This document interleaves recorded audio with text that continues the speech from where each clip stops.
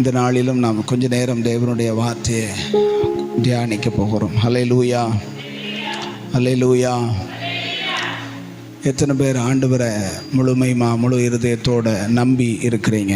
ஹல்லேலூயா, ஹல்லேலூயா. கர்த்தர் நல்ல இந்த நாளில் காலை வேளையில் ஆண்டவர் நமக்கு வெரி சிம்பிளாக இன்னைக்கு ஜெபம் பண்ணிக்கிட்டு இருக்கும்போது ஆண்டவர் அதை தான் எனக்கு உணர்த்தினார். வாசிக்கலாமா? 62வது சங்கீதத்தில் 62வது வாசித்ததான 62வது சங்கீதம் 8வது வசனத்தை நாம் வாசிக்கலாம். ஜனங்களே, எக்காலத்திலும் அவரை நம்புங்கள், அவர் சமூகத்தில் உங்கள் இருதயத்தை ஊற்றிவிடுங்கள்.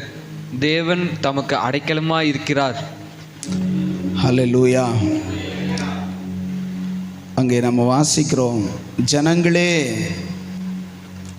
எக்காலத்திலும் அவரை நம்புங்கள், அவர் சமூகத்தில் உங்கள் இருதயத்தை ஊற்றி விடுங்கள். தேவன் நமக்கு அடைக்கலமாய் இருக்கிறார். ஆமென், ஹல்லேலூயா. ஆண்டவர் நம்மிடத்தில் எதிர்பார்க்கிற காரியங்களில் ரொம்ப எளிமையானதும் ரொம்ப சிம்பிளானதும், அதுதான் நமக்கு முடியாததுமான ஒரு காரியம் என்னென்னா அவர் மேலே நம்ம வைக்கிற நம்பிக்கை. ஆமென்.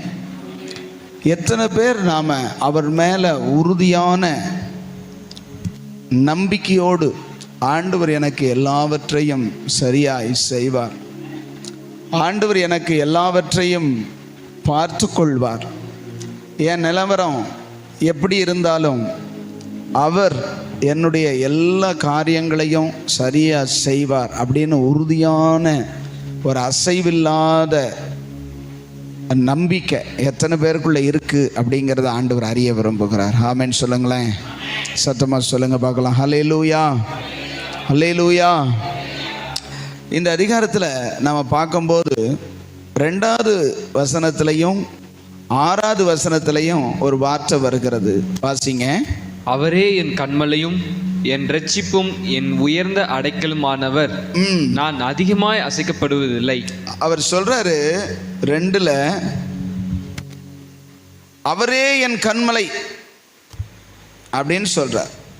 கன்மலைன்னா என்னங்க? கன்மலை, என் கன்மலையும் அப்படின்னு பாடுவோம். ஆனால் அதனுடைய அர்த்தம் என்ன? கண்மலை, கண்மலை, கண்மலை, கண்மலை. கல்மலை தெரியும், கல்மலை கல்லுனால இருக்கிற மலையை பார்த்துருக்கோம், மண்மேடுகளாக இருக்கிற மலையை பார்த்து. கண்மலைன்னா என்ன அர்த்தம்?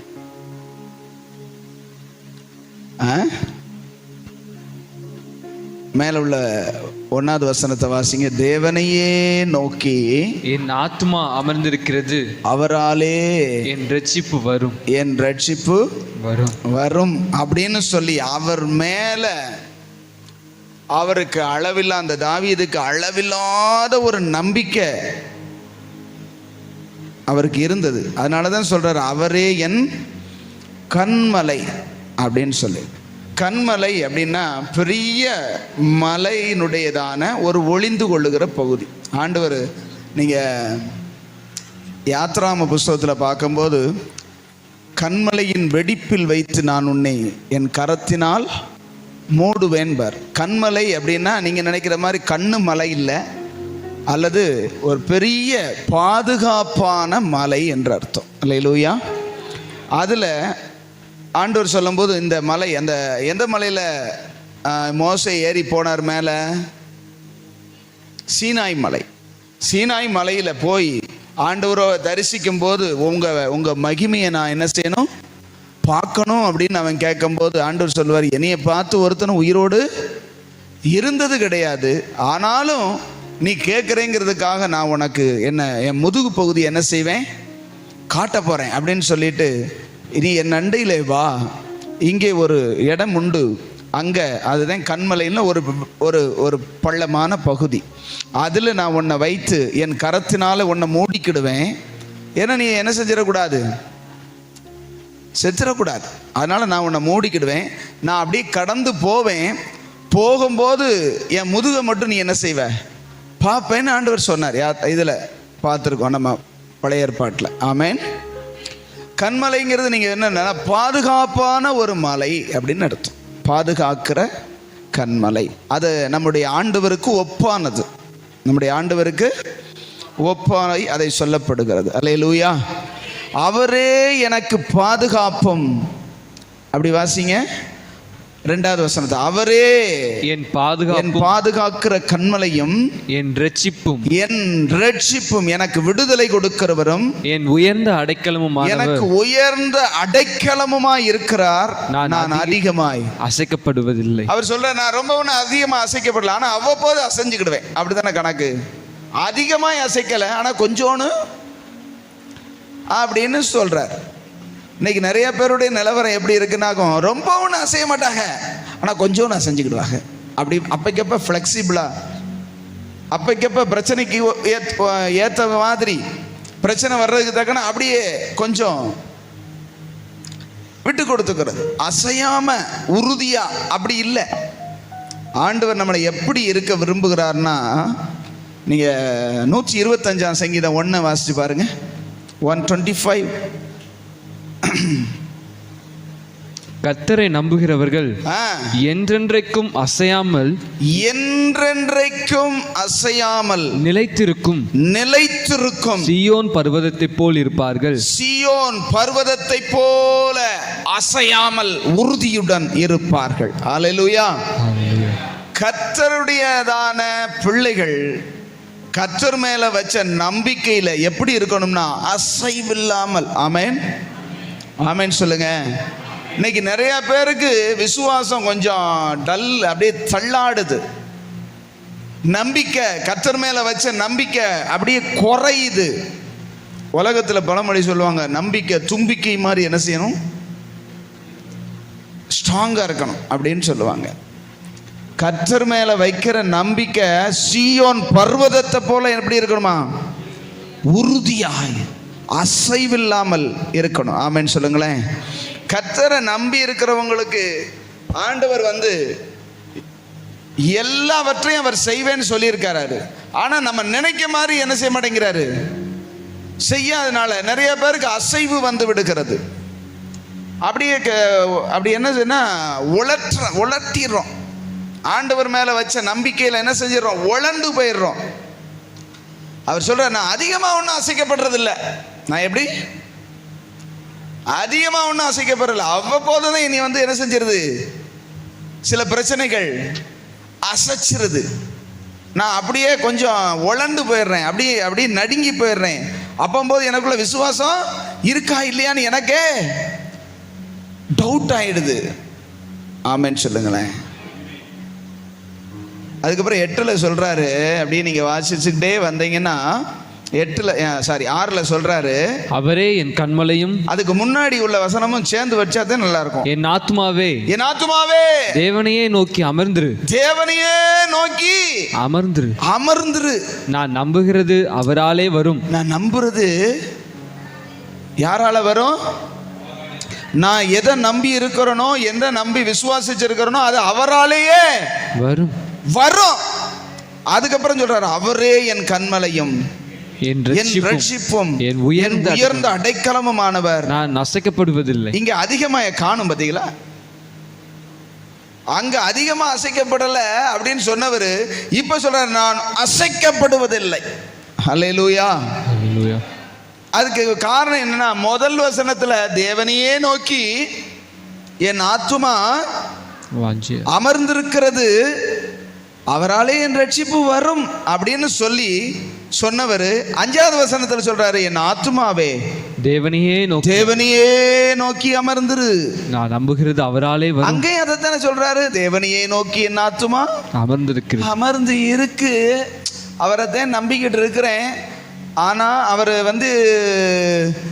எனக்கு ரட்சிப்பு கொடுக்கிறவர் தான், அதனால நான் ரொம்ப ஒன்றும் அசைக்கப்படுறதில்லை அப்படின்னு சொன்னவர் இப்ப சொல்றாரு, என் ஆத்துமாவே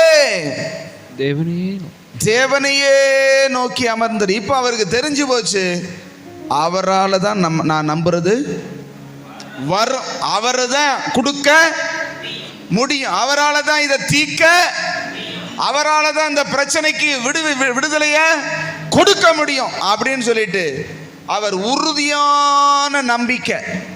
ஆமென் சொல்லுங்களேன். உறுதியான நம்பிக்கை அவருக்கு வந்ததுக்கு அப்புறம் சொல்றாரு, நான் அசைக்கப்படுவதில்லை இந்த விஷயத்துல. ஆமென் சொல்லுங்களேன். அல்லேலூயா. அதுக்கப்புறமா தான் அவர் சொல்றாரு, ஜனங்களே எக்காலத்திலும் அவரை நம்புங்கள். நல்ல நிலைமையில நல்ல காலத்துல கர்த்தர் மேல நம்பிக்கை வைக்கிறது ரொம்ப ஈஸி. ஒரு பாதகமான, ஒரு ஆபத்தான, ஒரு வில்லங்கமான நிலைமையில அமைதியா, கர்த்தர் எனக்கு சகாயர், கர்த்தர் என் அடைக்கலமானவர், கர்த்தர் நான் நம்பி இருக்கிறவர், அவர் ஒருபோதும் என்ன செய்ய மாட்டாரு, கைவிட மாட்டார்னு அந்த திடமாய் அசைவில்லாமல் இருப்பதைத்தான் கர்த்தர் எதிர்பார்க்கிறார். ஆமென் சொல்லுங்களேன். எந்த பிரச்சனையும் வராத போது கர்த்தரை நான் நம்பி இருக்கேன், கர்த்தரை நான் நம்பி இருக்கேன், அவரை தான் நம்பி இருக்கேன்னு சொல்றது ரொம்ப லேசு. ஒரு ஆபத்து நேரத்துல, பிரச்சனை நேரத்துல, போராட்டத்தின் நேரத்துல அவர் மேல நம்பிக்கை வைக்கிறவன் தான் விசுவாசி. ஆமென் சொல்லுங்களேன். அல்லேலூயா. அப்புறம் இப்ப என்ன பிரச்சனை அப்படின்னா, நம்முடைய இருதயமானது நிறைய நேரங்கள்ல அசைஞ்சிருது, நிறைய நேரத்தில் என்ன செய்யுது, உழன்றுது. அவர் மேல உறுதியா நம்பிக்கை வைக்க முடியாதபடிக்கு நம்முடைய இருதயமானது பலவீனப்பட்டு விடுகிறது. அதனாலதான் அவர் சொல்றாரு, ஜனங்களே எக்காலத்திலும் அவரை நம்புங்கள், அவரை நம்புங்க, அவர் சமூகத்துல உங்கள் இருதயத்தை ஊற்றி விடுங்க. உங்க இருதயத்தை சொல்லுங்க, இருதயத்தை ஊற்றி விடுங்க. ஊற்றிட்டா உங்க இருதயத்தை ஆண்டவர் சமூகத்துல ஊற்றி விட்டால் அவர் உறுதிப்படுத்தி விடுவார். ஆமென் சொல்லுங்களேன். அல்லேலூயா. ஊற்றணும் அப்படின்னா என்ன, அந்த இருதயம் எப்படி இருக்கணும்?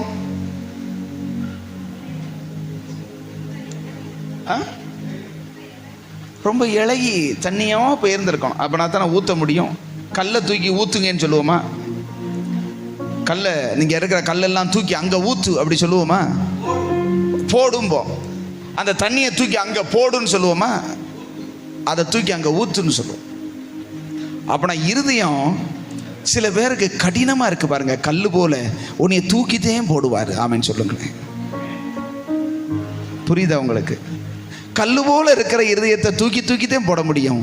ஆனா கரைஞ்சு, ஆண்டவருடைய அன்பினால் கரைஞ்சு, ஆண்டவருடைய அன்பினால் மெழுகு போல் உருகி இருக்கிறத அவர் சமூகத்தில் அப்படி ஊற்றிட்டா அவர் பார்ப்பார், என்னடா இவன் இப்படி ஊற்றிட்டானேன்னு நம்மளை உருவாக்கிடுவார். ஆமென் சொல்லுங்களேன். ஒரு பொருளை உருவாக்கணும்னா அதை உருக்கித்தேன் ஆகணும். அது இரும்பா இருந்தாலும் சரி, துரும்பா இருந்தாலும் சரி, உருக்கித்தே உருமாற்றணும். ஆமென் சொல்லுங்களேன். கர்த்தர் நம்மளை, ஆண்டவர் ஒன்று நீயா உருகிரு அல்லது ஒன்றை உருக்கிடுவேன் பார். ஆமென் சொல்லுங்களேன். வேற வழியே கிடையாது. தானா உருகுனாலும் உருமாற்றிடலாம், அல்லது உருக்கித்தான் என்ன செய்ய வேண்டியிருக்கு. சில பேர்கள் அதனால தான் அப்படிப்பட்ட கடினமான இருதயத்தை கடினமான சூழ்நிலைமையில நடத்தி உடைக்கிறார். ஆமென். உடைய வச்சு உருக வச்சு அப்படியே. நீங்க எக்ஸாம்பிளுக்கு எடுத்து பார்த்தீங்கன்னா, அந்த அன்னாள்னு ஒரு இருந்தா, எங்க இருந்தா, 1 சாமுவேல் 1ஆம் அதிகாரத்துல ஒருத்தன் இருந்தான். அவன் பேர் எல்கானா. அவனுக்கு 2 மனைவி அந்த நாட்கள்ல இருந்தாங்க. ஒருத்தி பேரு அன்னாளு, இன்னொருத்தி பேரு பென்னினாள். அவ பென்னினாள் எப்படிப்பட்டவன் நமக்கு சரியா தெரியல. ஆனா ஒண்ணு மட்டும் தெரியுது, உடைக்கிறவளா இருந்தா. என்ன செஞ்சா? உடைக்கிறவளா இருந்தா. அவ உடைஞ்சிருந்தாளான்னு எனக்கு தெரியாது. ஏன் அப்படின்னா, அவ உடைய வேண்டிய அவசியம் இல்லாம அவளுக்கு 5 பிள்ளைங்க இருந்தது. கர்த்தர் கொடுத்தாருன்னு நான் சொல்ல மாட்டேன், எல்லா பிள்ளைகளையும் கர்த்தர் தான் கொடுக்கிறார். ஆமென் சொல்லுங்களேன். அவளுக்கு பிள்ளை இருந்தது, ஆனா இவளுக்கு பிள்ளையை கர்த்தர் கொடுக்கவில்லை, கற்பத்தை அடைத்திருந்தார்னு வசனம் சொல்லுது. ஆமென். நான் நினைக்கிறேன், இவளுடையதான கற்பத்தை ஏன் அடைச்சு வச்சாருன்னா, இவ இருதயம் கொஞ்சம் கல்லான இருதயமாக இருந்திருக்கு அப்படின்னு வசனம் சொல்லுது. அவ நான் தான் முத மனைவி, நான் தான் அப்படின்னு சொல்லி கொஞ்சம் அவளுக்குள்ள என்ன இருந்தது அப்படின்னா, அவன் வீட்டுக்காரனும் அந்த எல்கானாவும் அன்னாளத்தை ரொம்ப என்ன செஞ்சானா சொல்லுங்க, சிநேகித்தானாம். பெனினாளை விட அன்னாளத்தை அதிகமாய் நேசித்தாள். ஆனா அவளுக்கு தான் அடப்பு, அவளுக்கு தான் உடப்பு வேண்டி இருக்குது. ஆமேன்னு சொல்லுங்களேன். ஆமா, மனுஷங்க சில நேரம் ஒருத்தங்களை நேசிச்சாங்கன்னா கர்த்தர் அவங்கள உடைக்கிறதுக்காக விட்டு விடுவார். நல்லா தெரிஞ்சுக்கோங்க. மனிதர்கள் சில பேரை ரொம்ப நேசிப்பாங்க. அப்படி பார்ப்பார், ஓஹோ நீ அந்த நேசத்தில் நீ மயங்கி கிடக்குறியா, இரு அப்படின்னு சொல்லி சில காரியங்களை அடைச்சிருவாரு. அதுக்கப்புறம் பார்த்தீங்கன்னா இருதயம் உடையிற வரைக்கும் கதவு திறக்கவே செய்யாது. அல்லேலூயா. ஆண்டவர் அந்த அன்னாளை ஒவ்வொரு வருஷமும் அந்த தேவாலயத்துக்கு போய் பலி செலுத்த போயிட்டு வரும் பொழுது இவ சொல்லுவாளாம், எனக்கு 5 பிள்ளை இருக்குது, நீ மலடி அப்படின்னு சொல்லி என்ன செய்வாளாம், அவள் மனசு நோகும்படி பேசுவாளாம். வசனம் அப்படித்தான் சொல்லுது. உடனே இவ சாப்பிடாம அழுது கொண்டே இருப்பாளாம். அவளுடைய கணவன் 10 பிள்ளைகளை விட நான் உன்னைய நேசிக்கிறது பத்தலையான்னு கேட்பாராம். ஆனாலும் அவளுக்கு ஒரு பிள்ளை இல்லை என்கிறதான அந்த ஏக்கமானது அவளை சாப்பிட விடாம, நிம்மதியா தூங்க விடாம, நிம்மதியா இருக்க விடாம, சந்தோஷமா இருக்க முடியாம அவளை அழுது கொண்டே இருக்க வைத்தது. அல்லேலூயா.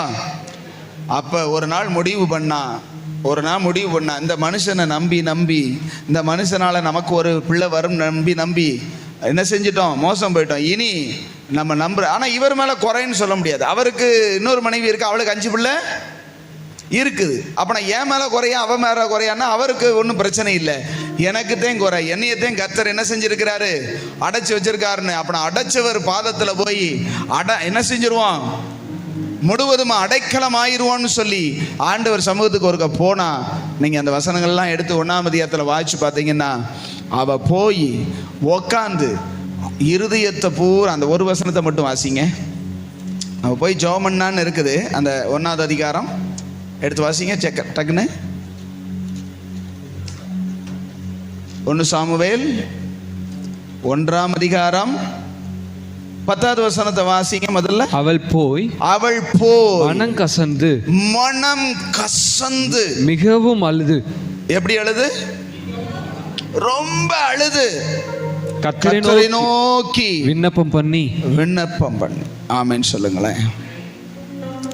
இவளுக்கு இருந்ததான அந்த துக்கமான கடினமான பாறை போன்ற நிலைமை, எங்கிட்டும் எதுவுமே நடக்காம இருந்த ஒரு சூழ்நிலைமையை உணர்ந்து ஆண்டவர் பாதத்துல போய் மனங்கசந்து அழுகிறார்.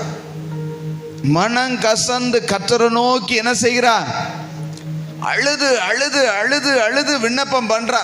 ஆனா சத்தம் மட்டும் கேட்கல. அங்க சொல்லப்பட்டிருக்கிறது சத்தம் கேட்கல. 13வது வசனத்துல சொல்லப்போற, அவள் சத்தமோ கேட்கப்படவில்லை. சத்தமே இல்லை. அழுகிறா அழுகிறா அழுகிறா அழுகிறா அழுதுகிட்டே இருக்கா. முணமன ஆண்டவர்கிட்ட கொற்றா வார்த்தைகளை. அதுக்கப்புறம் அந்த ஆளு பார்த்து, என்னடா இப்படி குடிச்சு வெறிச்சுக்கிட்டு இருக்காளேன்னு சொல்லி அவருக்கு அறகுறை கண்ணில் பார்த்து, நீ குடிய விட்டு விளக்குன்னு சொன்ன உடனே அவ பதில் சொல்றா. 15ல வாசிங்க. அதற்கு அன்னாள் பிரதியுத்தரமாக, அப்படி சொன்னவனுக்கு அந்த ஏலிக்கு பிரதியுத்தரமாக, அப்படி அல்ல, நான் குடிக்கல என் ஆண்டவனே, நான் மனக்லேசமுள்ள ஸ்திரீ, மனக்லேசமுள்ள பயங்கர துக்கத்தோடு இருக்கிறேன். நான் திராட்சரசமாகிலும் மதுவாகிலும் குடிக்கவில்லை, நான் குடிக்கிறது கிடையாது. நான் கர்த்தருடைய சந்நிதியில் என் இருதயத்தை ஊற்றி விட்டேன். கர்த்தருடைய சந்நிதியில என் இருதயத்தை என்ன செஞ்சிட்டேன், ஊற்றி விட்டேன் அப்படின்னு சொல்ற. அப்ப அப்படி ஊற்றுகிறதற்கு அவளுக்கு தேவைப்பட்டது என்னன்னா சில அடைப்புகள். ஆமென். அடைச்ச வசனம், அந்த வசனத்தை நீங்க படிச்சு பாருங்க. 5 கடைசி வாசிங்க. அவள் கற்பத்தை அடைத்தார். கர்த்தரோ அவள் கற்பத்தை அடைத்தார். அடைத்திருந்தார். அடைத்தார் அல்ல, அடைத்திருந்தார். ஆமென். சில அடைப்புகள், சில நன்மைகள் வரக்கூடாதபடி அடைப்புகள் இருப்பதற்கு காரணம் நம்ம உடைபடலைன்னு அர்த்தம். அல்லேலூயா. கர்த்தர் அவளை ஏன் அடைச்சு வச்சார் அப்படின்னா, அவ உடைக்கப்படணும் அப்படிங்கிறதுக்காகத்தான் அவளை அடைச்சு வச்சார். அல்லேலூயா. ஏற்ற அவள் உடைபடுவதற்கு அவள் இருதயம் கரைந்து மன கிளேசம் உண்டாகி அவள் தன் இருதயத்தை ஆண்டவருடைய சமூகத்தில் ஊற்றும் பொழுது ஆண்டவர் அந்த அடைப்பை திறந்தார். ஆமென் சொல்லுங்களேன். அல்லேலூயா, அல்லேலூயா சொல்லுங்க. இன்னைக்கு நிறைய பேருடைய வாழ்க்கையில ஏன் அடப்பு இருக்கு, ஏன் எந்த நன்மையும் வராம இருக்குது? கர்த்தர் சொல்றது, கர்த்தர் எதிர்பார்க்கிறது, கர்த்தர் விரும்புகிறத நமக்குள்ள உருவாக்க முடியாதபடி கடினம் இருக்குன்னு அர்த்தம். ஆமென் சொல்லுங்க. அல்லேலூயா. கர்த்தர் அதுக்காகத்தான் சில கடினங்களுக்குள்ள நடத்துறாரு. இப்படிப்பட்ட சூழ்நிலை இப்படி போயிச்சு, ஆண்டவர் வேண்டாம் ஒன்றும் வேண்டாம் அப்படின்னு சொல்லிட்டு அவ என்ன செய்யல, போகல. அவர் சமூகத்துக்கு போய் வேறு வழியே கிடையாது. ஆண்டவரே, நீங்க தான் எனக்கு ஒரு வழியை திறக்கணும். என் அடைப்பு, என்னுடையதான நிந்த, என்னுடைய சக்களத்தி, அவர் சொல்லப்பட என்னுடைய சக்களத்தி என்ன செய்யறா, என்னைய அவமானப்படுத்துகிறா, என்னை துக்கப்படுத்துகிறா, என்னைய வேதனைப்படுத்துறா. நான் இப்படி மலடியா இருக்கிறதுக்கு செத்துலாம் போல இருக்குன்னு சொல்லி ஆண்டவர் சமூகத்துல தான் போய் என்ன செஞ்சா, உடஞ்சு ஊற்றுறான். இன்னைக்கு நிறைய பேர் என்ன செய்யறாங்கன்னா, தங்களுடைய கடினமான நிலைமையை மாற்றுகிறதற்கு ஆண்டவர் சமூகத்தில் போய் உடையாம மற்றவங்களை உடைச்சிக்கிட்டு இருக்காங்க. கடினப்பட்ட உள்ளம் மற்றவர்களை காயப்படுத்தும். அல்லேலூயா.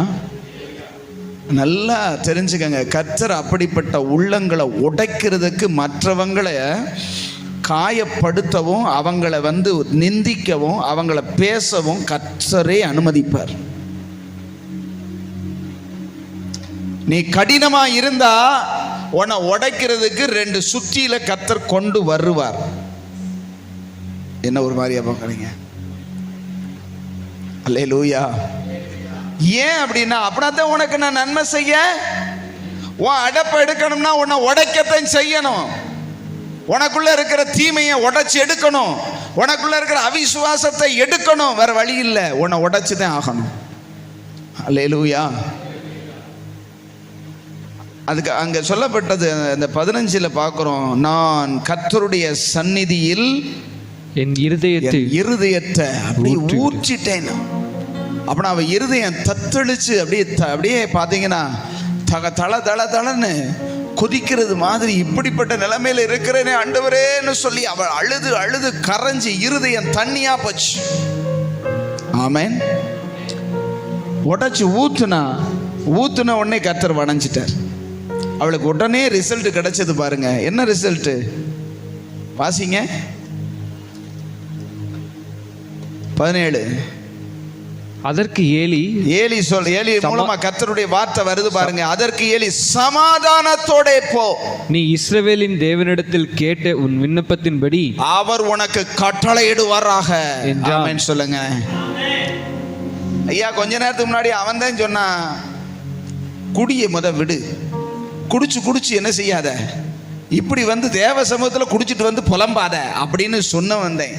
இவன் அழுது ஜெபம் பண்றதும் தெரிய மாட்டேங்குது, குடிச்சிட்டு வெறிச்சிருக்கிறதும் அவனுக்கு தெரிய மாட்டேங்குது. தேவனுக்கும் அவனுக்கும் எந்த தொடர்பும் இல்லாத ஒருத்தன் மூலமா இப்ப தேவனுடைய வார்த்தை வருது, நீ தேவனிடத்துல, இஸ்ரவேலின் தேவனிடத்துல கேட்ட உன் விண்ணப்பத்தின்படி அவர் உனக்கு கட்டளையிடுவாராக, சமாதானத்தோட போன்னு சொன்னா. அவன் அந்த வார்த்தை தேவனிடத்திலிருந்து வந்ததுன்னு சொல்லி விசுவாசித்து எந்திரிச்சு துக்கமா இல்லாம போய் முகத்தை கழுவி சாப்பிட்டான்னு இருக்கு. ஆமென் சொல்லுங்களேன். ஹல்லேலூயா. அதுக்கப்புறம் அவங்க அதிகாலையில் எழுந்து கர்த்தரை பணிந்து கொண்டு ராமாவில் இருக்க தங்கள் வீட்டுக்கு திரும்பி போனார்கள். எல்கானா தன் மனைவியாகி அன்னாளை அறிந்தான், கர்த்தர் அவளை நினைத்தருளினார். அந்த வசனம் அப்படி இருக்கணும், கர்த்தர் அவள் அடைப்பை தகர்த்தார்னு இருக்கும். ஆமென் சொல்லுங்களேன். கர்த்தர் நினைச்சிட்டார்னா அடப்பு திறந்துரும். அடப்பு என்ன செஞ்சிடும், திறந்துரும். கர்த்தர் நம்மை ஆசீர்வதிக்க நினைச்சாருன்னா அடப்பு வந்துடும். ஆமென் சொல்லுங்களேன். ஆமா, ஒரு அடப்பு இருக்குனாலே கர்த்தர் நம்மளை நினைச்சு என்ன நினைச்சிருக்காருன்னா நம்மளை உருவாக்க நினைச்சிருக்காருன்னு அர்த்தம். நம்ம உருவாகிட்டோம்னா அவர் அப்ப நினைப்பார், உருவாகிட்டானா அப்படின்னு நினைச்ச உடனே எல்லா அடப்பும் நீங்கிரும். ஆமென் சொல்லுங்களேன். அல்லேலூயா.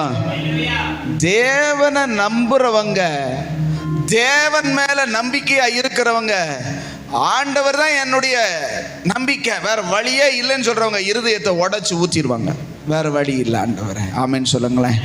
உங்க வழி எல்லாம் திறந்துரும், உங்க சூழ்நிலைமை வழியெல்லாம் மாறிடும், வழியெல்லாம் திறந்துரும். ரெண்டும் ஒன்று, பார்க்கறதுக்கு கேட்கறதுக்கு ஒன்றா இருக்கும், ஆனால் வார்த்தை வேற. வழி மாறணும்னாலும் உடைச்சு ஊற்றணும், வழி திறக்கணும்னாலும் உடைச்சு ஊற்றணும். ஆமென்.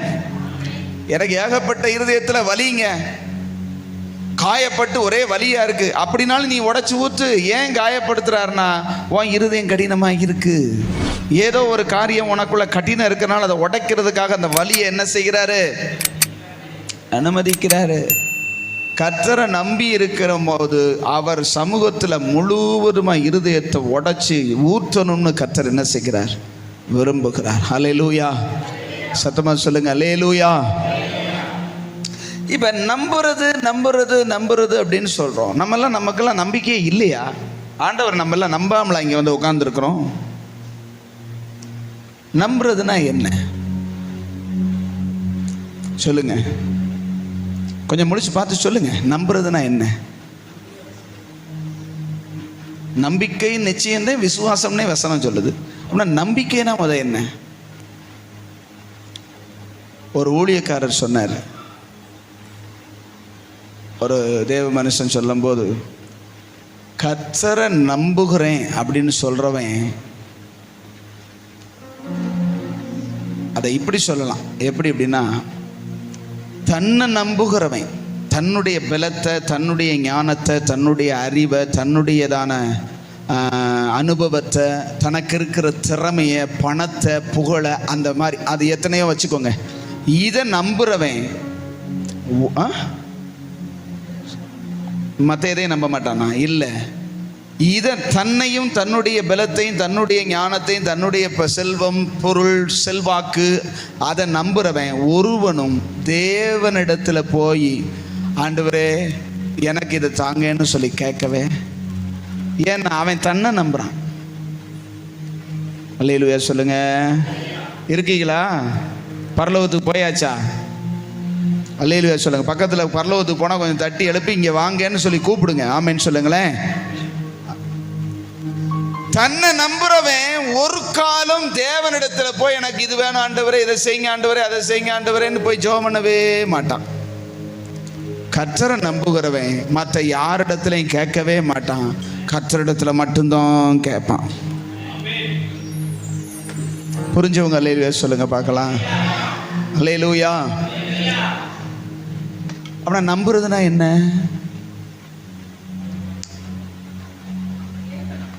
சொல்லுங்க.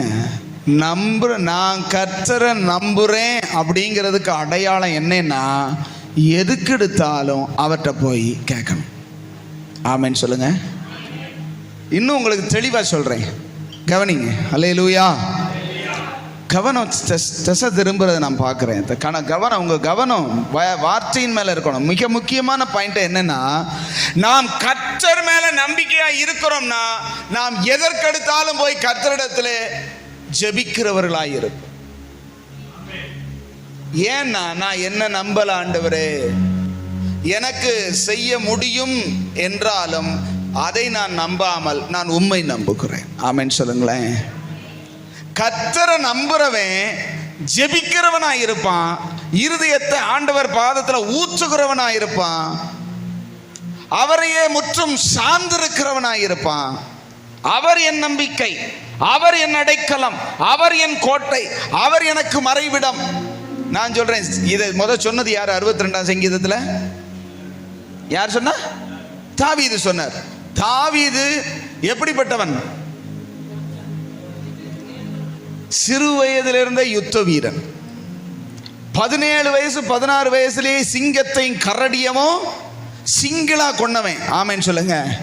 குரூப்பா போய் ஒண்ணு என்ன செய்யல, அடிச்சு துரத்தல. அப்படிப்பட்ட யுத்த வீரன் சொல்லுகிறான், நான் உம்முடைய மறைவிலே என்ன செய்கிறேன்? வந்து அடைகிறேன். நீர்தான் எனக்கு எனது அடைக்கலம், நீர்தான் என் கண்மலை, நீர்தான் என் கோட்டை, நான் நம்பி இருக்கிறவர் நீர்தான். ஆமென்னு சொல்லுங்களேன். தன் திறமையை நம்புறவன், தன்னுடையதான பலத்தை நம்புறவன், தன்னுடைய ஞானத்தை நம்புறவன் ஒரு நாளும் இந்த வார்த்தையை சொல்ல மாட்டான். என்னைக்காவது சவுல் சொன்னானா, நீரே என் கண்மலை, நீரே என் கோட்டை, நீரே நான் நம்பி இருக்கிறவர் சொன்னானா? ஆண்டவருக்கு பலி செலுத்தி கேட்க முன்னாடி இவர் போய் என்ன செஞ்சிட்டாரு? வேலையை பார்க்க ஆரம்பிச்சார். என்னன்னா, தனக்கு இருக்கிற பலன், தனக்கு இருக்கிற ஆள்பலம், தனக்கு இருக்கிற அறிவு, தனக்கு இருக்கிற படைபலத்தை நம்புறவன் கர்த்தர்ட்ட ஒரு நாளும் ஜெபம் பண்ண மாட்டான். அல்லேலூயா, அல்லேலூயா சொல்லுங்க.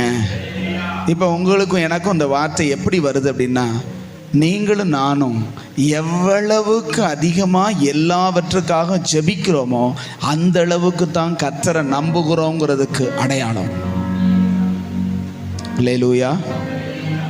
இங்கே தான் இருக்கீங்கிறவங்க சத்தமா அல்லேலூயா சொல்லுங்க பார்க்கலாம். இருக்கீங்களா? அப்பனா நான் ஜெபிக்கவே இல்லையா, என்னால் ஜெபிக்கவே முடியலை, இல்லை ஜெபமே எனக்கு ஓடலை, ஜெபிக்கவே போகலை, முழங்காலே நான் முடக்கலை அப்படின்னா அர்த்தம் என்ன?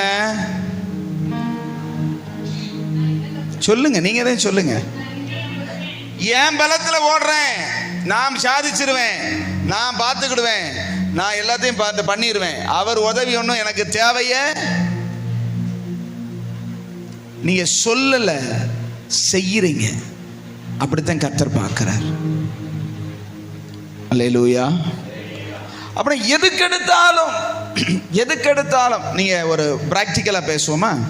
ப்ராக்டிக்கலாக எப்படி அப்படின்னா, ஒரு வீட்டில் ஒரு நடக்க முடியாத செயல்படாத கால்களை உடைய ஒருவன் இருக்கிறான்னா அவன் என்ன செய்வான்?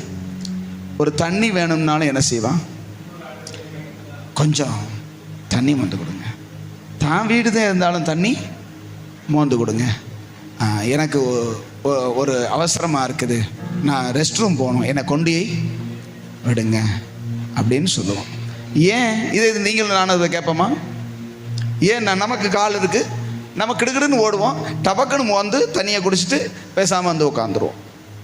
எனக்கு இருக்குன்னு நான் நம்புறதுனால நான் யாரையும் எதிர்பார்க்கறது. ஆனால் ஒன்றுமே முடியாத மாறி படுத்திருக்கிறவன் எல்லாத்துக்கும் ஒருத்தனை எதிர்பார்த்துட்டேன். ஆமென் சொல்லுங்களேன். ஆவிக்குரிய வாழ்க்கையில் கர்த்தர் தன்னை நம்புறவங்களுக்குத்தான் கிரியை செய்கிறார். அல்லேலூயா. ஆவிக்குரிய ஜீவியத்தில் ஆவியில ஒரு மாற்றம், ஆவியில ஒரு விடுதலை, ஆவிக்குரிய காரியத்தில் ஒரு நல்லது நடக்கணும் அப்படின்னா அவர் தான் நமக்கு செஞ்சாகணும், வேற ஒருத்தராலே முடியாது. ஏன்னா நம்ம மாம்ச புய பலத்தில் அந்த வசனத்தை வாசிங்களேன். எரேமியா தீர்க்கதரிசியின் புஸ்தகம் வாசிங்க. எரேமியா தீர்க்கதரிசியின் புஸ்தகம், சீக்கிரம் 17ஆம் அதிகாரம் 7வது வசனத்தை வாசிங்க. 17:7. கர்த்தர் மேல் நம்பிக்கை வைத்து, கர்த்தர் மேல் நம்பிக்கை வைத்து, கர்த்தரை தன் நம்பிக்கையாக கொண்டிருக்கிற மனுஷன் பாக்கியவான். கர்த்தர் மேல நம்பிக்கை வைக்கிறதும் கர்த்தரையே தன் நம்பிக்கையாக கொண்டிருக்கிற மனுஷனும் தான் பாக்கியவான். அவன் எப்படி இருப்பான் என்றால், அவன் தண்ணீரண்டையில் நாட்டப்பட்டதும் கால்வாய் ஓரமாய், ஒரு பெரிய கால்வாய் ஓரமாய் தன் வேர்களை விடுகிறதும், உஷ்ணம் வருகிறதை காணாமல், வெயில் வருகிறதை காணாமல், இலை பச்சையாய் இருக்கிறதும், வந்தாலும் வரட்டாலும் இலை பச்சையாய் இருக்கிறதும், மழை தாழ்ச்சியான வருஷத்திலும், மழையே இல்லாத வருஷத்திலும் கூட வருத்தமின்றி தப்பாமல் கனி கொடுக்கிறதுமான, இல்லாம வருத்தமே இல்லாம தப்பாமல் கனி கொடுக்கிறதுமான ஒரு மரத்தை போல இருப்பான். அல்லேலூயா, அல்லேலூயா சொல்லுங்க. ஆனா 5வது வசனத்துல சொல்லப்பட்டிருக்குது, மனுஷன் மேல் நம்பிக்கை வைத்து, 17:5 மனுஷன் மேல் நம்பிக்கை வைத்து, மாம்சமானதை தன் புயபலமாக்கி கொண்டு, கர்த்தரை விட்டு விலகுகிற இருதயமுள்ள மனுஷன், கர்த்தரை விட்டு விலகுகிற இருதயமுள்ள மனுஷன் சபிக்கப்பட்டவன் என்று கர்த்தர் சொல்கிறார். கர்த்தரை விட்டு விலகுறதுன்னா ஆண்டவருடைய சமூகத்துக்கு நீ வராமல் போவதல்ல, உன்னை நீ சார்ந்து கொள்ளுகிறது, உன் பலத்தை சார்ந்து கொள்ளுகிறது, ஒரு மனிதனை நம்புகிறது. ஆண்டவர் சொல்றாரு, கர்த்தரை விட்டு விடுகிற ஒரு நிலைமை. அல்லேலூயா, சத்தமா சொல்லுங்க அல்லேலூயா. ஆண்டவரை விடுறதுங்கிறது நீங்க தேவ சமூகத்துக்கு வராம போறது இல்ல. உன் மேல நம்பிக்கை வச்சாலே மனுஷன் மேல எதுக்கு? நீ மனுஷன் தான், இன்னொருத்தனும். நாசியில் சுவாசம் உள்ள மனிதனை நம்புவதை விட்டு விடுங்கள் அப்படி சொல்லப்பட்டிருக்கிற சங்கீதம் 118வது அதிகாரத்துல. நாசியில மூக்குல சுவாசம் எவனுக்கு இருக்கோ அவனை நம்பாத. அப்புறம் எவன மற்றவனுக்கெல்லாம் காது வழியவா மூக்கு போகுது, சுவாசம் போகுது, இல்ல வாய் வழியவா விடுறாங்க. எல்லா பயலும் மூக்கு வழியா தான் என்ன செய்யணும்? சுவாசம் விடணும். கர்த்தர் என்ன சொல்றார் அப்படின்னா, நீ என்ன நம்புறதா இருந்தா என் சமூகத்துக்கு வந்து ஒவ்வொன்றுக்கும் நீ என்ன செய்வ? கேட்டுக்கிட்டே இருப்ப. ஆண்டவரே இதை நீங்க செய்யுங்க, ஆண்டவரே இதை நீங்க தாங்க, ஆண்டவரே இப்படி இப்படிப்பா இப்படி செய்யுங்கப்பா, என்னால் முடியாதப்பா, இதை நீங்க தான்ப்பா செய்யணும் அப்படின்னு சொல்லி எதுக்கு எடுத்தாலும் தண்ணி மொந்து விடுங்க, என்னை கொண்டு கொஞ்சம் விடுங்க, ஏன்னா கொஞ்சம் சோறை போட்டு கொண்டாங்க அப்படின்னு அந்த முடவன் கேட்பானா இல்லையா?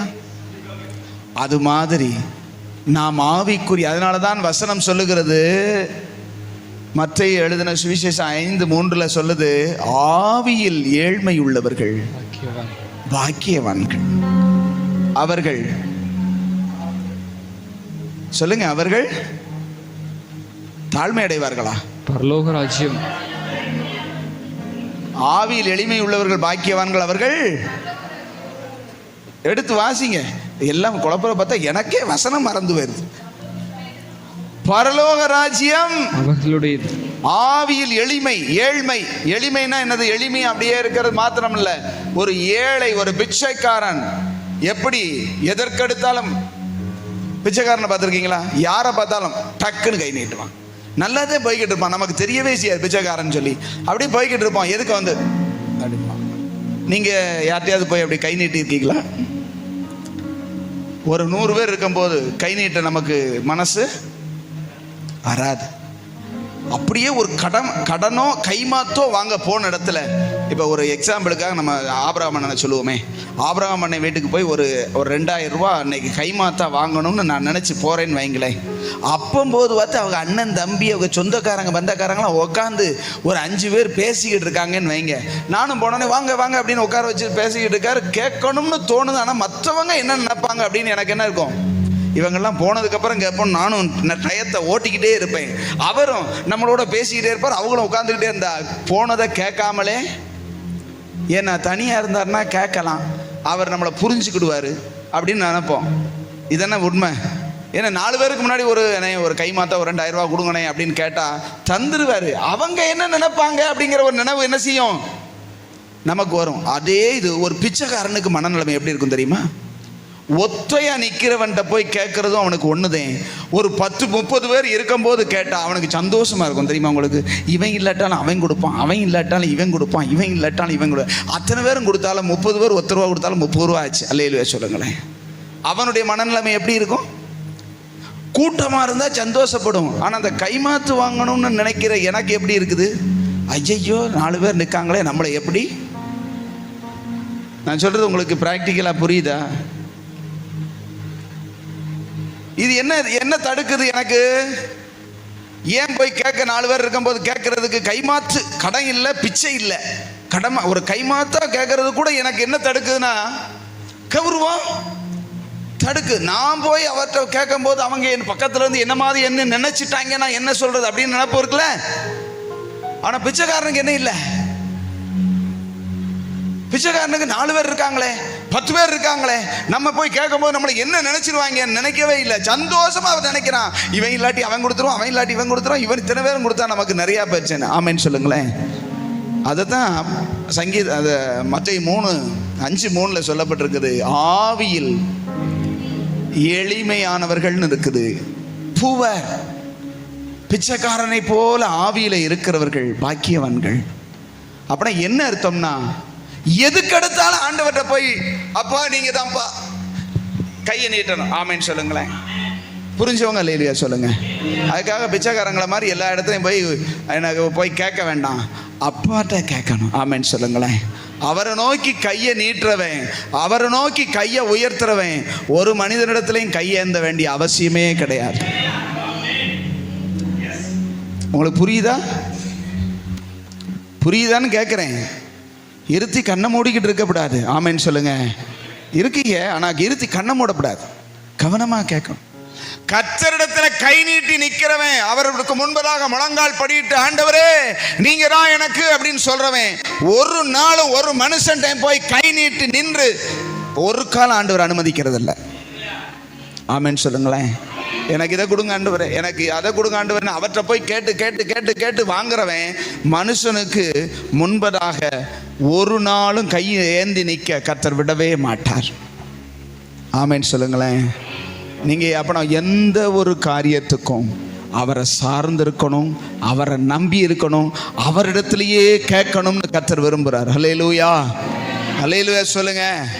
எனக்கு பணம் இருக்கு அப்படிங்கிறதுக்காக, எனக்கு திறமை இருக்கு அப்படிங்கிறதுக்காக நானாக ஒன்றை செய்யணும் ஆண்டவர் சொல்லுவார்.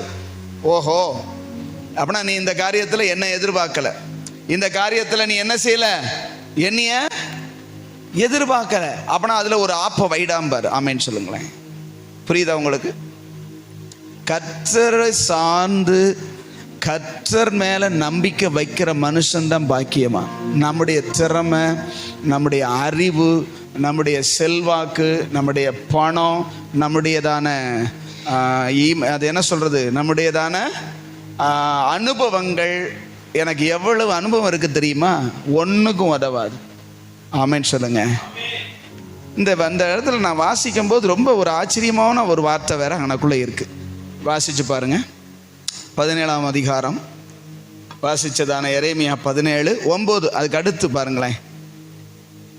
அதாவது கர்த்தர் மேல நம்பிக்கை 7ல இருந்து நம்ம வாசிச்சோம். கர்த்தர் மேல் நம்பிக்கை வைத்து கர்த்தரை தன் நம்பிக்கையாக கொண்டிருக்கிற மனுஷன் பாக்கியம். அவன் எப்படி இருப்பான்னு சொன்னா இப்படி இருப்பான், கனி கொடுக்கிற மரம் போல இருப்பான்னு சொல்லிட்டு சம்பந்தமே இல்லாம ஒரு வார்த்தை வருது பாருங்களேன். எல்லாவற்றை பார்க்கிலும் இருதயமே திருக்குள்ளதும், நம்முடைய ஒரு மனிதனுடைய இருதயம்தான் திருக்குள்ளதும் மகா கேடுள்ளதுமாய் இருக்கிறது. அதை அறியத்தக்கவன் யார்? அதை அறிந்து கொள்ளத்தக்கவன், புரிந்து கொள்ளத்தக்கவன் யார்? ஏன் அப்படி இந்த இடத்துல இந்த வசனம் எழுதியிருக்கிறாருன்னு கொஞ்சம் யோசிக்கும் போது ஆண்டவர் நமக்கு சொல்ற விஷயம் என்னன்னா, உன் இருதயம் என்ன நம்புறதுக்கு பதில் எல்லாத்தையும் நம்பும். அந்த திருக்கு அதில் இருக்கு. ஆமென். அந்த இருதயம் எப்படி இருக்குது? திருக்கு. சொல்லுங்க. திருக்கு இருக்கிறதுனால தான் நம்ம கிறுக்கு மாதிரி அலைகிறோம். அல்லேலூயா.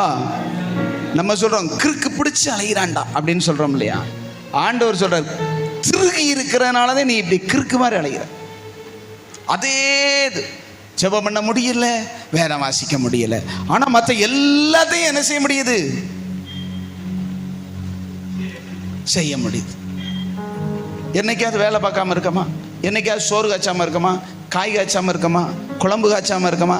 சாப்பிடாம இருக்கமா? எல்லாம் நடக்குது. ஆனா ஜெபம் மட்டும் நடக்க மாட்டேங்குது. வேத வசனம் மட்டும் உள்ள போகவே.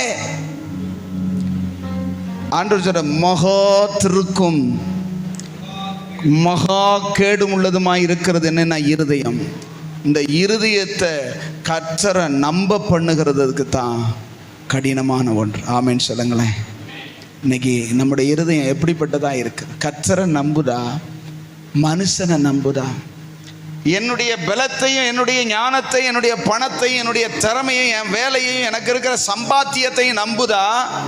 இந்த மனசு, இந்த இருதயம் இருக்கு பார்த்தீங்களா, அது திருக்குள்ளதும் கேடுள்ளதும் சொன்னா ரொம்ப சரியானதுங்க. நம்மகிட்ட இருக்கிற பணத்தை கூட நம்பி நம்ம இறங்கிடுவோம், ஆனா கர்த்தரை நம்பி இறங்க மாட்டோம். தெரியுமா உங்களுக்கு? ஒரு வீடு கட்டணும், பின்னாடி இருக்கிற ஒரு 15 அடி இடத்த கட்டணும் அப்படின்னு நம்ம முடிவெடுக்கிறோன்னு வைங்களேன். கர்த்தர் சொல்றார் உனக்கு அந்த வருஷத்துல வீடை தருவேன் அப்படின்னு ஆண்டவரே சொல்லிட்டாருன்னு வைங்களேன்.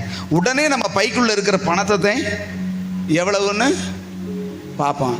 இனியா 10,000 கூட என்னுடைய பாக்கெட்டில் என்னுடைய பேங்க் அக்கௌண்ட்டில் இல்லை, வீடை கட்டி தருவேன்னு சொல்கிறீரே அப்படின்னா ஆண்டவர் சொன்னார்னா சொன்னது தான். ஆமேன்னு சொல்லுங்களேன். ஏன் அப்படின்னா அந்த இருதயம் திருக்குள்ளதும் கேடுள்ளதுமா இருக்கிற இருதயம் உடனே எதை பார்க்கும்னா பிசிக்கலா வெளியரங்கமான நம்மிடத்துல என்ன இருக்கு அப்படிங்கிறத பார்க்கும். ஆனா கர்த்தரை நம்புகிற இருதயம் கர்த்தரிடத்துல என்ன இருக்குன்னு பார்க்கும். அல்லேலூயா, அல்லேலூயா சொல்லுங்க. கர்த்தரிடத்துல வல்லமையும், அந்த வசனத்தை வாசிச்சு பாருங்க, அந்த கடைசிக்கு முந்தின வசனம் 62வது வசனம், 62ல கடைசிக்கு முந்தின வசனம். தேவன் ஒரு தரம் விளம்பினார், சொன்னாரு, 2 தரம் கேட்டிருக்கிறேன். அவர் ஒருக்க சொன்னதை நான் 2 தடவை கேட்டிருக்கேன். வல்லமை தேவனுடையது என்பதை சத்தமா சொல்லுங்க எல்லாரும். வல்லமை தேவனுடையது. அந்த வல்லமையுள்ள வார்த்தை நமக்கு வந்துடுது. கர்த்தர் உனக்கு ஒரு வீட்டை கட்டுவார், கர்த்தர் உனக்கு எதிர்காலத்தில் நன்மை செய்வார்னு சொன்னா உடனே நமக்கு பாக்கெட்டத்தை மனசு பார்க்க தோணுதே தவிர அவருடைய வல்லமையை பார்க்க தோண மாட்டேங்குது. எல்லாருமே மனுஷங்க. இந்த இடத்த வந்து பிரதிஷ்டை பண்ணோம் எப்ப? 2016 பிப்ரவரி 17ஆம் தேதி. எத்தனை பேருக்கு ஞாபகம் இருக்கு? எத்தனை பேர் இருந்தீங்கன்னு எனக்கு தெரியாது.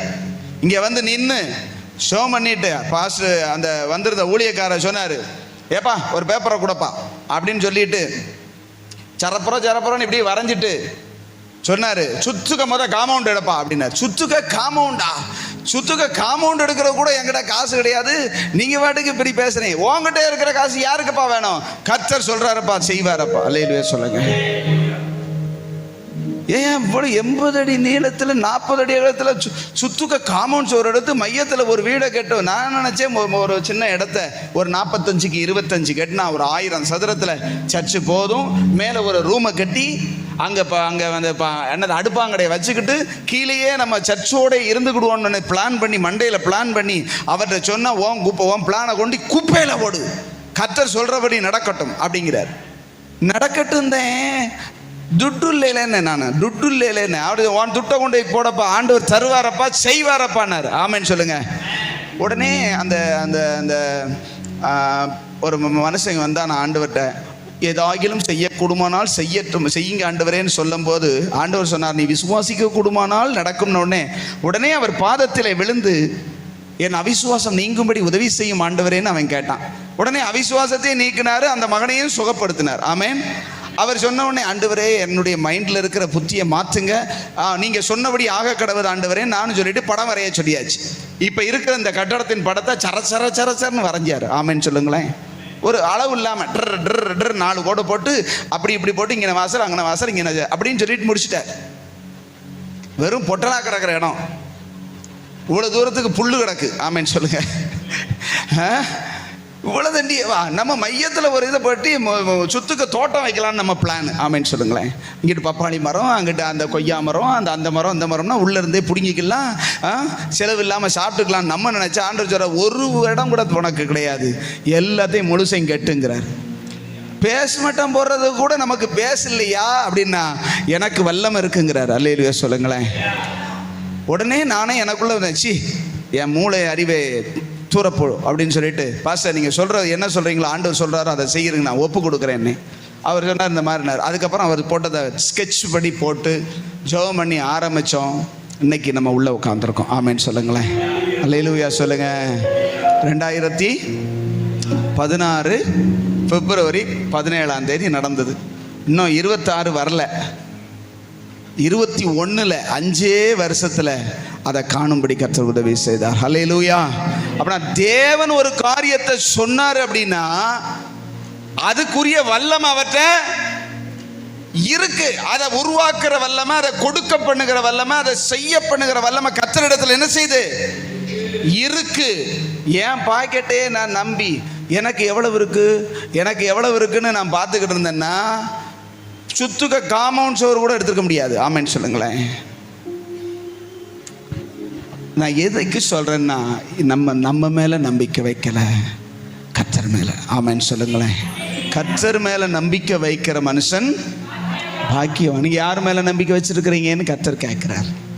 உன் நம்பிக்கை எதன் மேல இருக்குன்னு கேட்கிறார். நீ கர்த்தரை நம்புறது உண்மையானா என் சமூகத்துல வந்து ஒவ்வொன்றையும் சொல்லிக்கிட்டே இரு, நான் அதை செஞ்சுக்கிட்டே இருப்பேங்கிறார். ஆமென் சொல்லுங்களேன். விசுவாசிக்கிறீங்களா? நீங்க சொன்ன அவர் செய்வாரா? அவர் சொன்னதை நீங்க செஞ்சீங்கன்னா நீங்க சொன்னது அவரு கட்டாயம். மோசே கர்த்தருடைய வார்த்தையின்படி செய்து முடித்தான் அப்படி சொல்லப்பட்டிருக்கிறது. அவன் சொன்னபடி கர்த்தர் செய்தார்னு இருக்குது. அல்லேலூயா. தேவனுடைய வார்த்தையை கேட்டு அது அப்படியே கீழ்ப்படுகிற ஒவ்வொருவருடைய வார்த்தைக்கும் கர்த்தர் கவனமா செவி கொடுப்பார். அது இல்லாம நீ இஷ்டத்துக்கு இல்லை இல்லை இல்லை, நம்ம இஷ்டத்துக்கு அல்ல, அவர் இஷ்டத்துக்கு நம்ம முதல்ல என்ன செய்யணும்? ஒப்பு கொடுத்து உம்முடைய விருப்பத்தை செய்ய நான் என்ன செய்கிறேன்? விட்டு விடுகிறேன். ஆண்டவரே, உங்கள் விருப்பம்தான், உங்கள் விருப்பம்தான். ஆமென் சொல்லுங்களேன். நான் உம்மை நம்புகிறேன். நீங்கள் எனக்கு எந்த தீமையும் என்ன செய்ய மாட்டீங்க, செய்ய மாட்டீங்க. எந்த கெடுதியும் உங்களிடத்த கிடையாது. நம்ம அப்பாவுக்கு ஒரு பேர் உண்டு, நல்லவர். ஆமென் சொல்லுங்களேன். இந்த உலகத்தில் யாரும் நல்லவர்னு பேர், ஒருவேளை நல்ல மனுஷன்னு பேர் வச்சா அவன் பேருக்கு ஆப்போசிட்டாக தான் என்ன செய்வாங்க. புரிஞ்சதா உங்களுக்கு? புரிஞ்சவங்களுக்கு ஸ்தோத்திரம். சில பேர் நல்ல மனுஷன்னு வச்சிருக்கிறோம். ஆமென் சொல்லுங்களேன். ஏன்னா அவங்க சிந்தையெல்லாம் நல்லதாக இருக்குது, முற்றிலும் ஆப்போசிட்டாக இருக்கும். கெடுதி மட்டும்தான் அவங்க கிட்ட இருந்து என்ன செய்யும், தீமையானது மட்டும்தான் வரும். அவங்க பேர் தான் நல்ல மனுஷன். பேர் வெள்ளச்சாமி, இருக்கிறது கருகரு இந்த ஸ்பீக்கர் கலரில் இருப்பாங்க. புரியுதா உங்களுக்கு? அல்லேலூயா. கவனமாக இருக்கணும். கர்த்தருடைய வார்த்தையை கேட்கும் போது விழிப்பாக இருக்கணும். இல்லாட்டி உள்ள வேற ஒன்று நடக்குதுன்னு அர்த்தம். ஆமென் சொல்லுங்க.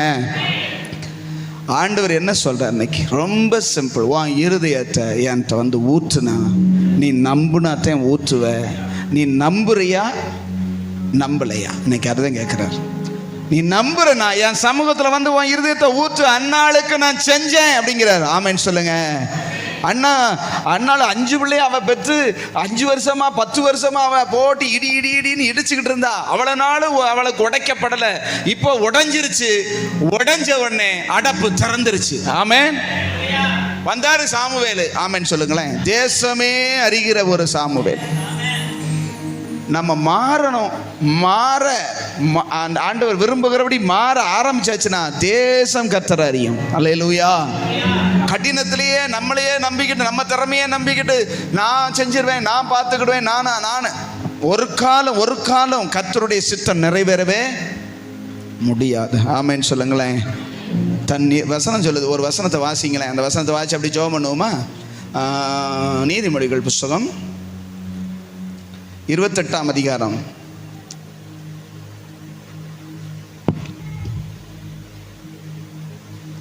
26வது வசனம். 28, 26. தன் இருதயத்தை நம்புகிறவன் மூடன். எல்லாரும் வாசிங்க. மூடன். இன்னும் சத்தமா பின்னாடி இருக்கிறவங்களாம் சேர்த்து வாசிங்க. எல்லாரும் பார்த்து வாசிங்க. தன் இருதயத்தை, அதை மட்டும் போடுங்க. அந்த இதை மட்டும், அந்த பாதி வேண்டாம், பெருசாக போடுங்க, எல்லாருக்கும் தெரிகிறபடி. பாதி வசனத்தை மட்டும். 28, 26ல் தன் இருதயத்தை நம்புகிறவன் மூடன். அப்படின்னா யார் இருதயத்தை நம்ப? யாரை நம்ப? அண்ணே ஆபிரகாமண்ணே கூப்பிட.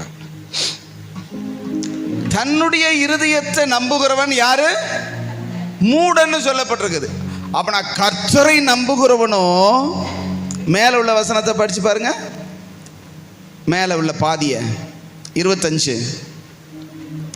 கர்த்தரை நம்புகிறவனோ செழிப்பான். கர்த்தரை நம்புகிறவன் செழித்து கொண்டிருப்பான். தன் இருதயத்தையும் தன்னையும் நம்புகிறவன் மூடனா இருப்பான். எப்படி இணைச்சு வச்சிருக்காரு பார்த்தீங்களா? ரொம்ப தூரத்தில் தேட வேண்டாம், இங்கேதான் இருக்குது.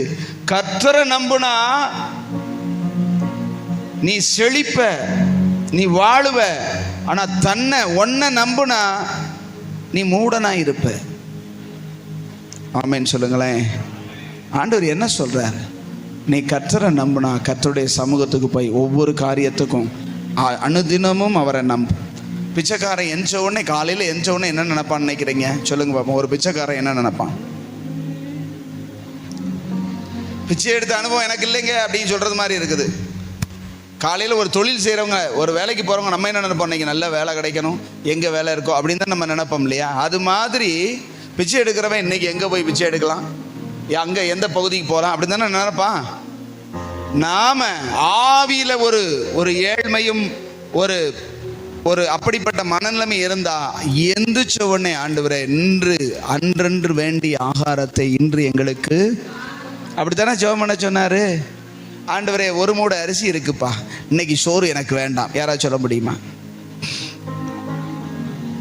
நாங்கள் இன்னைக்கு மூடையா எடுத்துடுறோம் ஆண்டவரே, சிப்பமா எடுத்துடுறோம். அதனால இந்த ஜெபத்தை நாங்கள் ஒதுக்கி வைக்கிறோம். இல்லை, தேவன் எதை சொல்லி இருக்கிறார்? இன்று எனக்கு வேண்டிய காரியங்கள் எல்லாவற்றையும் நான் உம்மிடத்தில் என்ன செய்கிறேன்? எதிர்பார்க்கிறேன். நீர் எனக்கு. நான் சொன்ன சோறு இருக்கிறவன்லாம் சாப்பிட முடியலை, வசதி இருக்கிறவன்லாம் அனுபவிக்க முடியலை, கார் இருக்கிறவன்லாம் காரில் போக முடியலை. ஆமேன்னு சொல்லுங்களேன். எல்லாம் இருக்கு, ஆனால் எதையுமே தொட முடியலை. இருக்கா இல்லையா? அவனுக்கு அனுபவிப்பதற்கு கர்த்தர் கொடுக்கிற அதிகாரம் இருக்கேன், அது கர்த்தர் தான் கொடுக்க முடியும். ஆமென். கர்த்தரை நம்பும் போது ஆண்டவர் சொல்றார், நீ உனக்கு என்ன தேவையோ அதை நான் உனக்கு என்ன செய்யறேன்? சம்பூரணமாய் கொடுக்கிறேங்கிறாரு. அப்படின்னா நாம் தேவ சமூகத்தில் எத்தனை பேர் முழு இருதயத்தோடு நான் உம்மை நம்புறேன் ஆண்டவரே, சும்மா சொல்றது இல்லைங்க, நீங்க நம்புறங்கன்னா, நீங்க நம்புறவரா இருந்தீங்கன்னா ஆண்டவர் சமூகத்தில் போய் முழங்கால் படியிட்டு நான் உம்மை நம்புகிறேன்னு சொல்லுவீங்க. ஆமேன்னு சொல்லுங்களேன். ஆண்டவரே எனக்கு இது தேவை, என் நிலைமை தெரியும், என் படிப்பு தெரியும், என் எதிர்காலம் தெரியும், என் சூழ்நிலைமை தெரியும், என்னுடைய வருமானம் தெரியும், என்னுடையதான எல்லா பலவீனம் தெரியும், நீர் எனக்கு தேவையானது எல்லாம் கொடுங்க ஆண்டவரேன்னு சொல்லி நீங்கள் என்னை நடத்துவீங்க, நீங்கள் என்னை பாதுகாப்பீங்க, நீங்கள் தான் எனக்கு அடைக்கலம். என் பலத்தில் நான் சாத்தானை ஜெயிக்க முடியாது, என்னுடைய பலத்தினால என்னுடைய மாம்சத்தை நான் கட்டுப்படுத்த முடியாது, என்னுடையதான சுய பக்தியினால புத்தியினால என் சிந்தையை கட்டுப்படுத்தி பரிசுத்தமாக வாழ முடியாது, எனக்கு உதவி செய்யுங்கன்னு சொல்லி போய் தேவ சமூகத்தில் என்ன செய்வோம்? ஜெபிப்போம். ஆமென் சொல்லுங்களேன். அப்படி எல்லாம் எழும்பி நிற்கலாமா?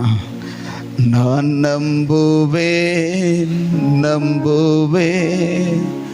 உம்மை மட்டுமே, என் வாழ்வின் நம்பிக்கையே நீதானையா.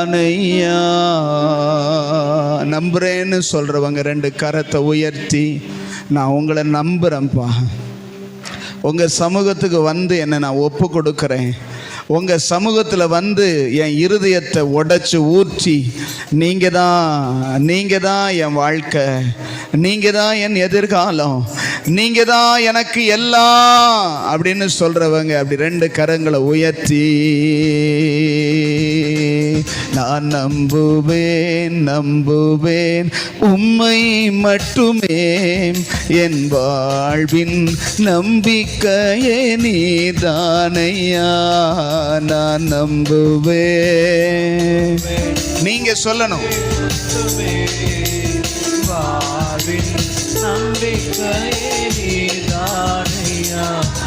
நான் நம்புவேன். உள்ளத்திலிருந்து சத்தமா சொல்லுங்க பார்க்கலாம். நான் உங்களை நம்புறேன். நீங்க தான் என் அடைக்கலம், நீங்க தான் என் புகலிடம், நீங்க தான் என் மறைவிடம். நான் உம்மை நம்பி இருக்கிறதுனால அசைக்கப்பட மாட்டேன். நம்பிக்கையே நீதானையா, என் ஜீவநாட்கள் எல்லாம் உம்மை மட்டும் சார்ந்திருப்பேன். என் ஜீவநாட்கள் எல்லாம் அவரை பார்த்து மட்டும் ரெண்டு கரத்தை அவருக்கு நேரம் உயர்த்தி சொல்லுவீங்களா? நான் நம்புவேன் உம்மை மட்டுமே, என் வாழ்வின் நம்பிக்கையே நீதானப்பா. நான் நம்புவேன் உம்மை மட்டுமே. சொல்லுங்க. வாழ்வில் நம்பிக்கையே நீதானையா. எத்தனை சோதனை வரட்டும், சோதனையோ எத்தனை வேதனை வரட்டும், வேதனையோ இயேசுவே உம்மை துதிப்பேன். வேதனையோ சோதனையோ உம்மை மட்டும் நம்பியிருப்பேன். என்னை விடுவிப்பவர் நீதானையா. எனக்கு உதவி செய்யும் தெய்வம் நீரையா. நான் நம்புவேன். சொல்லுங்க, நம்புறீங்களா? நம்புறீங்களா? Are you believe? நீங்க அவரை நம்புறீங்களா? சொல்லுங்க, நம்புறேன், நம்புறேன் ஆண்டவரே. வாயை திறந்து ஐயா சொல்லுங்க, அம்மா சொல்லுங்க, ஆண்டவர் நான் உங்களை நம்புறேன்ப்பா. உங்க சமூகத்துக்கு வந்து என் இருதயத்தை உடைச்சு ஊற்றி ஆண்டவர் உங்க சமூகத்துல ஜெபிப்பேன். ஒவ்வொரு நாளும் உம்மோடு இணைந்து உம்மிடத்திலே என் தேவைகளை சொல்லுவேன். நான் நம்புவேன் உம்மை மட்டுமே. என் வாழ்வின் நம்பிக்கையே நீதானையா. நீங்க அவரை நம்புறதற்கு அடையாளமே நீங்க ஜெபிக்கிறது தான். ஆமென் சொல்லுங்க. நான் ஜெபிக்கிறேன் அப்படின்னா கர்த்தரை நம்புறேன்னு கர்த்தர் பார்ப்பாரு. கர்த்தரை நம்பாத ஒருத்தனும், ஒரு மனிதனும், ஒரு மனுஷியும் ஜெபிக்க முடியாது. ஏன்னா அவங்களுக்கு நம்பிக்கை கர்த்தர் மேல இல்ல. நீ ஜெபிக்கலைனா ஒன்னியத்தை நம்பிக்கிட்டு இருக்கேன்னு அர்த்தம். உன் பலனை நம்புற, உன் திறமையை நம்புறேன்னு கர்த்தர் சொல்றாரு. தன் இருதயத்தை, தன்னுடைய பலத்தை நம்புறவன் மூடன். ஓ ஹல்லேலூயா. எத்தனை பேர் ஆண்டவரே நான் என்னைய நம்பி மூடனா மாற விரும்பல. ஆண்டவரே மூடனுடைய முதுகுக்கு ஏற்றது பிரம்புன்னு சொல்லப்பட்டிருக்கிறது. மூடனை நொய்யா குத்துனாலும் மூடத்தனம் போகாதுன்னு சொல்லப்பட்டிருக்கிறது. அப்படிப்பட்ட மூடனாய் நான், மிருக குணமுள்ளவனாய் நான் இராதபடி உம்மை விசுவாசிக்கிறவனா, உம்மை நம்புறவனா, உம்மை தேடுகிறவனா நான் இருக்கணும் ஆண்டவரே. எத்தனை பேர் ஆமேன்னு சொல்றீங்க? நீ ஜெபம் பண்ணல, தேவ சமூகத்துல போய் உன் முழங்கால் முடங்கலினாலே கர்த்தர் சொல்றார் நீ என்ன நம்பலடா. நீ என்னை நம்பி இருந்தா வந்து முழங்கால் போட்டு நீ கேட்டுப்படா அப்படி ஆண்டவர் சொல்றார் உன்னை பார்த்து. ஹல்லேலூயா. நம்புறியா? என்ன நம்புறேன்னா நீ வந்து தேவ சமூகத்துல கேளு. நான் உனக்கு செய்யாமல் இருப்பேனோ? அன்னாள் இருதயத்தை உடைச்சு ஊத்தும் போது நான் செய்யாம இருந்தனா? அவ அடப்ப திறக்காம இருந்தனா? அவ கேள்வி கேட்ட காரியத்தை கொடுக்காம இருந்தனா? அதுக்கப்புறம் 5 பிள்ளைகளை நான் கொடுக்கலையா? ஒன்னத்தானா கொடுத்தேன். அதுக்கப்புறமா 5 பிள்ளைகளை கொடுத்து அவளை ஆசீர்வதிக்கவில்லை. ஹல்லேலூயா.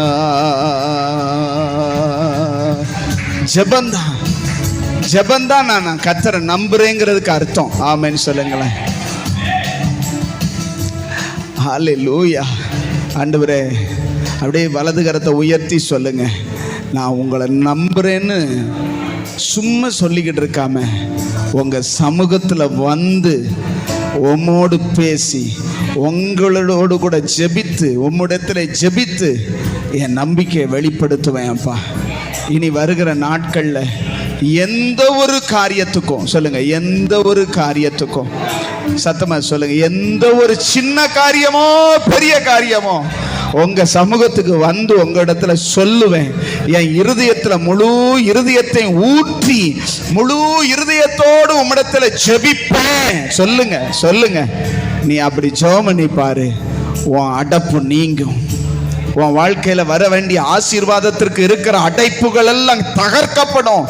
கர்த்தர் உன்னை உன் ஜெபத்தை கேட்டு உனக்கு பதில் தருகிறவரா இருக்கிறார். அவரை நம்புகிற யாவரும் பாக்கியவான்கள். அவர்கள் எப்பொழுதும் அசையாமல் உறுதியுடன் நிற்கிற சீயோன் பர்வதத்தை போல உறுதியோடு அசையாமல் இருப்பார்கள். ஏன்னா அவங்க ஜெபிக்கிறவங்க, கர்த்தரை நம்புறவங்க, கர்த்தரை நம்புறவங்க கர்த்தரிடத்துல ஜெபிப்பாங்க, கர்த்தர் அவர்களுக்கு பதில் கொடுப்பார். ஹல்லேலூயா. எனக்கு பதில் கொடுப்பாரு, நான் ஜெபம் பண்ணா எனக்கு பதில் கொடுப்பாருன்னு நான் நம்புறேன், நான் விசுவாசிக்கிறேங்கிறவங்க சத்தம் அல்லேலூயா. என் ஜெபத்திற்கு கர்த்தர் பதில் கொடுப்பார். நான் கூப்பிடும் போது கர்த்தர் எனக்கு செவி கொடுப்பார். ஹல்லேலூயா. அதாங்க நம்பிக்கையின் வெளிப்பாடு. நான் நம்பி ஜெபிக்க போகிறேன், என் கர்த்தர் என் ஜெபத்துக்கு பதில் கொடுத்து என்னை கனப்படுத்துவார். ஹல்லேலூயா. நான் நம்புவேன் நம்புவேன் உம்மை மட்டுமே, என் வாழ்வின் நம்பிக்கையே நீதானையா. நான் நம்புவேன் உம்மை, என் வாழ்வின் நம்பிக்கையே நீங்க தானையா. இதுவரையில் நடத்தி வந்தீர், இனிமேலும் நடத்திடுவீர். நம்புறீங்களா? இதுவரையில் நடத்தி வந்தார், இனிமேலும் நடத்திடுவார். உன்னை இனிமேலும் நடத்திடுவார், அதிசயம் காணும்படி நடத்திடுவார். நான் நம்புவேன் நம்புவேன் உம்மை மட்டுமே, என் வாழ்வின் நம்பிக்கையே நீதானையா.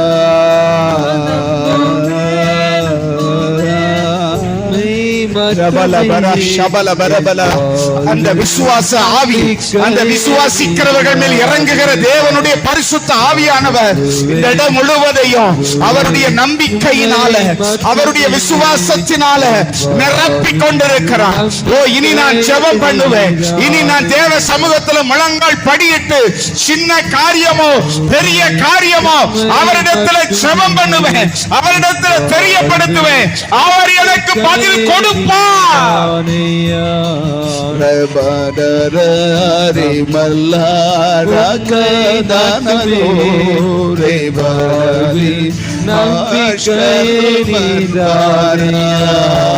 அந்த விசுவாச ஆவி, அந்த விசுவாசிக்கிற ஆவியானவர், ஓ, அந்த விசுவாசத்தின் ஆவியை உடையவர்களாய் இருந்து விசுவாசித்து பெற்றுக் கொள்ளுகிறோம்.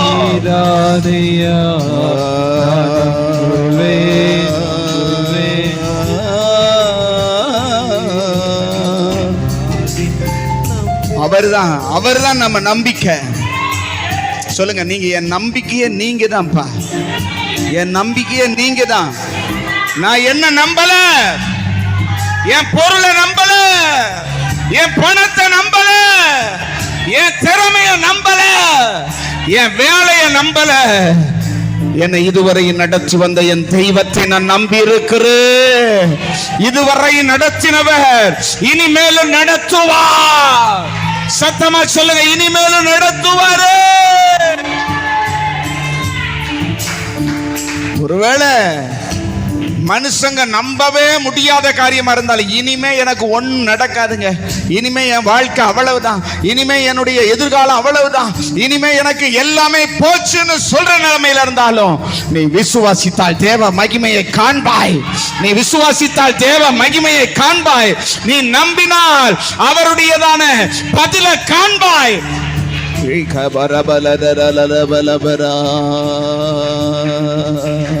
விசுவாசத்தில் வல்லவர்களானார்கள். அவரை நம்பின ஒரு விசுவாசத்தில் வல்லவர்களானார்கள். நம்முடைய முன்னோர்கள் எல்லாம் அவர் மேல நம்பிக்கை வச்சு வல்லவர்களாய் வாழ்ந்திருக்கிறார்கள். அவர்கள் நமக்கு சாட்சிகளாய் இருக்கிறார்கள். ஆண்டவரே, நானும் சொல்லுங்க, நானும் உம்மை விசுவாசிப்பேன், உம்மை நம்புவேன், உம்மிடத்துல வந்து எந்த காரியத்துக்கும் ஜெபம் பண்ணுவேன். கர்த்தர் உங்க வார்த்தையை கேட்கிறார். இன்னைக்கு ஒரு தீர்மானம் எடு, இந்த நேரத்தில் முடிக்க முன்பதாக ஒரு தீர்மானம் எடு. ஆண்டவரே, டெய்லி நான் உம்மை நம்புறதுக்கு அடையாளமா உங்களுக்கு முன்னாடி முழங்கள் படியிட்டு உம்மிடத்துல வந்து நான் எல்லா காரியத்தையும் சொல்லுவேன். ஆண்டவரே சொல்லுங்க, சொல்லுவேன். சொல்றதெல்லாம் உண்மை, நம்பித்தான் சொல்றேன். நீங்க பார்த்துக்கிடுவீங்க, நீங்க எல்லாத்தையும் பார்த்துக்கிடுவீங்க. அதனாலதான் உங்களிடத்துல சொல்றேன். ஆமென் சொல்லுங்களேன். கர்த்தர் எனக்காக யாவையும் செய்து முடிப்பாரு. அந்த நம்பிக்கை எனக்கு இருக்குங்கிறவங்க நல்லா கையை தட்டி அப்பாவுக்கு ஸ்தோத்திரம் செலுத்துங்க பார்க்கலாம். எனக்காக யாவையும் செய்து முடிக்கிறவரே, உமக்கு நன்றி அப்பா.